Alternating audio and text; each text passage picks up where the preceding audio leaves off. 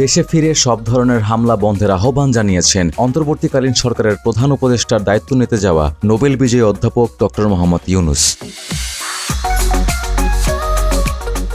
তিনি বলেছেন, আপনারা যদি আমার উপর বিশ্বাস রাখেন, ভরসা রাখেন, তাহলে নিশ্চিত থাকুন দেশের মানুষের উপর কোথাও হামলা হবে না। আমার প্রথম কথা হলো, আপনারা বিশৃঙ্খলা, সহিংসতা থেকে দেশকে রক্ষা করুন। আজ বৃহস্পতিবার ৮ আগস্ট দুপুরে শাহজালাল আন্তর্জাতিক বিমানবন্দরে পৌঁছান তিনি। এ সময় তাকে স্বাগত জানান সেনাবাহিনীর প্রধান জেনারেল ওয়াকারুজ্জামান সহ ৩ বাহিনীর প্রধান, বৈষম্য বিরোধী ছাত্র আন্দোলনের সব ধরনের সমন্বয়ক সহ সুশীল সমাজের প্রতিনিধিরা।